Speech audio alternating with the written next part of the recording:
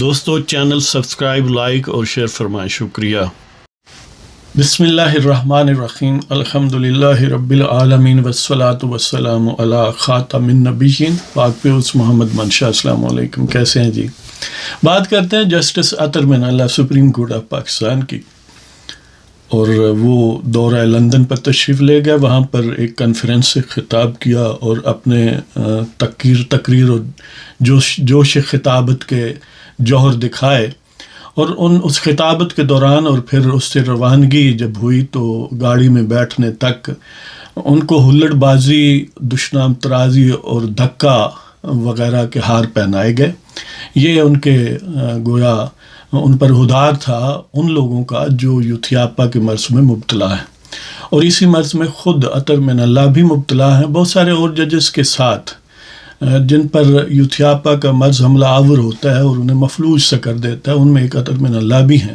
اگرچہ یہ نسبتاً باقی ججز کے مقابلے میں بعض اوقات ان پر اس کے اثرات کم بھی ہوتے ہیں اور بعض لمحوں میں بالکل ختم بھی ہو جاتے ہیں، لیکن ان کے انداز سے اور ان کے جو ایک ٹریک ریکارڈ ہے اس کو سامنے رکھیں تو بالکل ایسا محسوس ہوتا ہے کہ اگر انہیں انریسٹرینڈ پاور اور اتھارٹی اور ڈسکریشن حاصل ہو تو وہ گویا یوتھیاپا کو قومی فریضہ قرار دے دیں کہ اس مرض میں ہر پاکستانی کو غرق ہونا چاہیے۔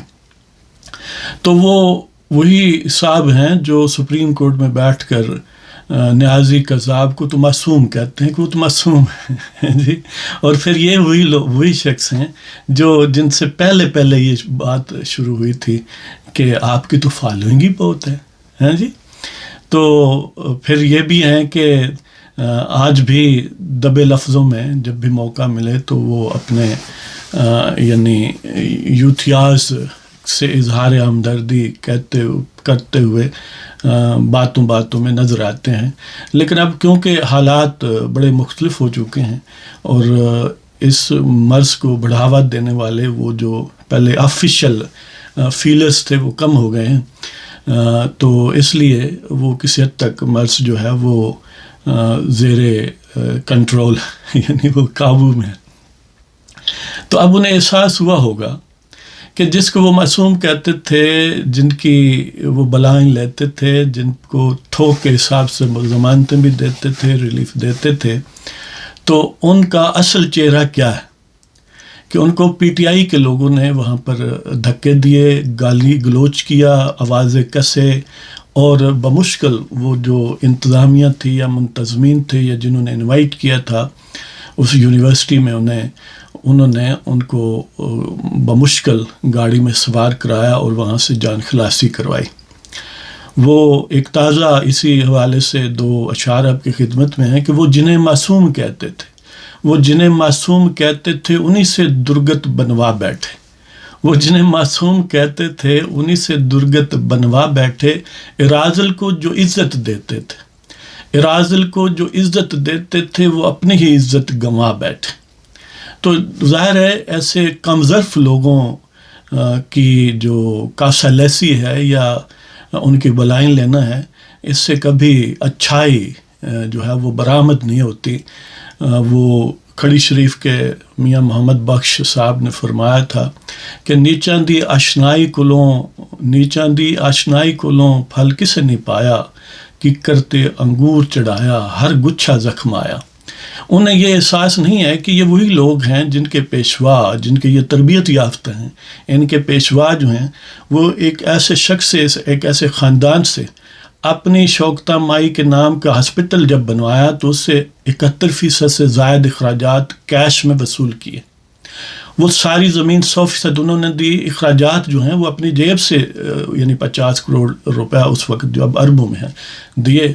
ٹھیک ہے، زمین سرکاری دی، لیکن کیا اسی طرح کی کوئی زمین جب ان ایسے یوتھیوں کے پیشوا کی حکومت تھی تو انہوں نے بھی کسی اور ایسے شخص کو دی جس سے کوئی براہ راست اس کی ویسٹڈ انٹرسٹ نہیں تھی؟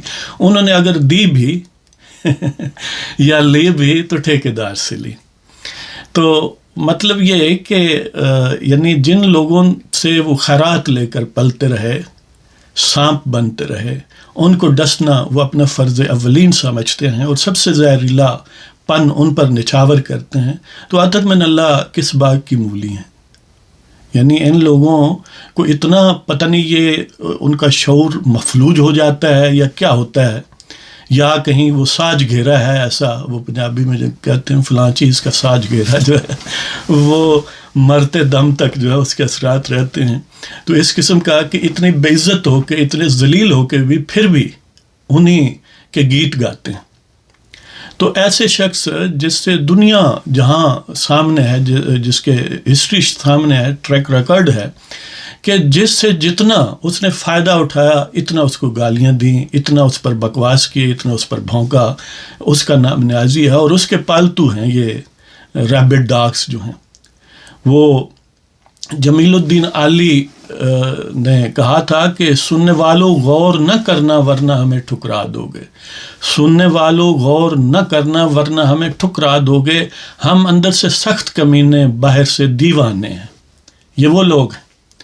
تو اسی طرح ایک اور تازہ شعر ہے کہ سگ ہے دیوانہ سے جز بیر کیا ملے گا، سگ ہے دیوانہ سے جز بیر کیا ملے گا، تجھے زہریلوں سے جز زہر کیا ملے گا. اب ظاہر ہے جو ایک یعنی جو ریبٹ ڈاگس کی کیٹیگری میں ہیں، تو ان سے آپ کچھ بھی کر لیں وہ آپ کو کاٹیں گے ہی، وہ آپ کے جسم میں زہر ہی اتاریں گے. لہذا عطر من اللہ اور ان جیسے باقی شخصیات جو ہیں ان کو یہ سوچنا چاہیے کہ وہ کن کے لیے آئین و قانون کو رونتے رہے ہیں، وہ کن کے لیے کرسی عدل پر بیٹھ کر یوں نچھاور ہوتے رہے ہیں جیسے انہوں نے حلف ان سے وفاداری کا لیا ہوا ہے. تو یہ تو ایک معمولی سی جھلک ہے، ٹریلر ہے. میں شرطیہ طور پر کہتا ہوں کہ جن نے بھی ان پر احسان کیا، اور جب بھی ان کو ایسا موقع ملے گا، جب بھی کہیں سامنا ہوگا، جب انہیں ان سے کوئی ویسٹڈ انٹرسٹ بظاہر نہیں ہوگی ان کے پیروکاروں کے سامنے یا ان کے اپنے، وہ کسی قسم کی یعنی کمینگی سے کم مظاہرہ نہیں کریں گے.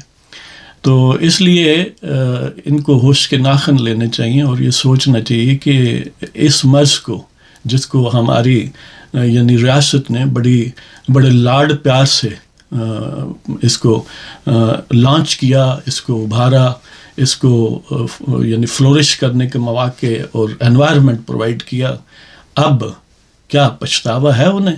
اور ایک یہ بھی بات کہ جو نئے ہمارے نام نہاد سینئر صحافی جو ہیں وہ ٹھیکیدار پلس یوتھیاز کے گویا الائنس میں شامل ہوئے ہیں. تو وہ اس جو عطر من اللہ صاحب کے ساتھ بدتمیزی ہوئی ہے لندن میں، اس کو اور رخ دے رہے ہیں. وہ کہتے ہیں نہیں جی ان کا پی ٹی آئی سے کوئی تعلق نہیں ہے، حالانکہ وہ ڈیفینیٹلی وہی پی ٹی آئی کے لوگ ہیں. وہ میڈیا میں یعنی ویڈیوز اویلیبل ہیں، ایسی کوئی بات نہیں. یہ وہی عناصر ہیں جو میاں صاحب کے گھر کے سامنے جا کر روزانہ یعنی بکواس کیا کرتے تھے. یہ وہی لوگ ہیں جو یعنی پہلے بھی اس ٹائپ کی حرکتیں کرتے رہتے ہیں. لیکن ہمارے جو نئے یوتھیا میڈیا پرسنس ہیں، ایک حسنات ملک صاحب وہ بھی فرما رہے تھے اس سے پی ٹی آئی کا کوئی تعلق نہیں ہے، بس یہ صحافی تھے، وہ سوال کر رہے تھے. اب یہ کوئی نابینا ہو یا پھر وہی بات کہ جس پر یوتھیاپا بطور مرض کے غالب نہ آ چکا ہو، اسے تو وہ پلین ٹروتھ ہے، وہ نظر آتی ہے ویڈیوز میں، اور باقی جو بھی سرکمسٹانسز اس کو سامنے رکھیں. تو بہرحال جو ان کا جو چاہے ان کا حسن کرشمہ ساز کرے. دوسری بات ہم یہ کرتے ہیں، جو ڈیرہ اسماعیل خان میں 10 جو پولیس کانسٹیبل ہیں، پولیس افسران ہیں، کانسٹیبل ہیں، وہ شہید ہوئے ہیں. اللہ تعالیٰ ان کی مغفرت فرمائے اور ان کی شہادتوں کو قبول فرمائے، ان کے لواحقین کو صبر جمیل عطا فرمائے اور نعم البدل عطا فرمائے. ہم بطور ریاست بہت سارے افریت کریٹ کرتے ہیں، پھر ان کا شکار ہوتے ہیں، لیکن پھر ان کی سمپٹمز کا علاج کرنے کی کوشش کرتے ہیں، ان کے اصل جو جڑیں ہیں اس کو نہیں ایڈریس کرتے، اور کبھی اپنی غلطی نہیں مانتے کہ ہم نے کیا کیا تھا.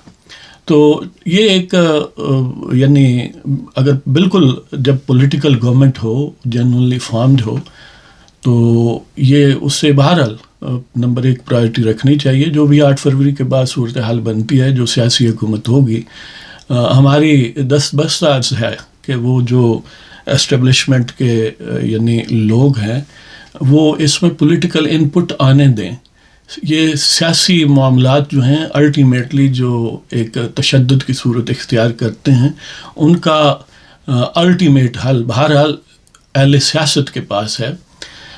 جو باقی مقتدر حضرات ہیں یا حلقے ہیں انہیں ان اہل سیاست کو فیسیلیٹیٹ اور ان کے حکم کے تابع ہو کر کرنا چاہیے، پھر اس کے حل ہو سکتے ہیں.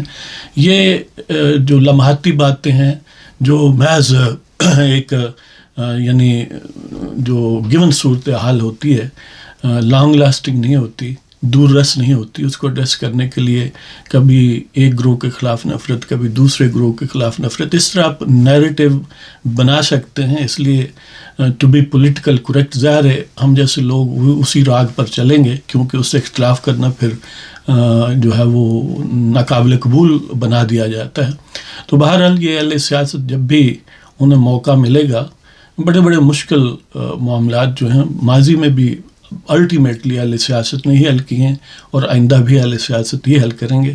تو اللہ کرے کہ 8 فروری کے بعد جو بھی حکومت بنتی ہے اسے استحکام ملے اور اسے یعنی اس میں اہل بصیرت لوگ ہوں اور انہیں اپنا پولیٹیکل ایجنڈا جو ہے وہ پاکستان کے مفادات کے مطابق تشکیل دینے اور اس کو نافذ کرنے کا موقع ملے.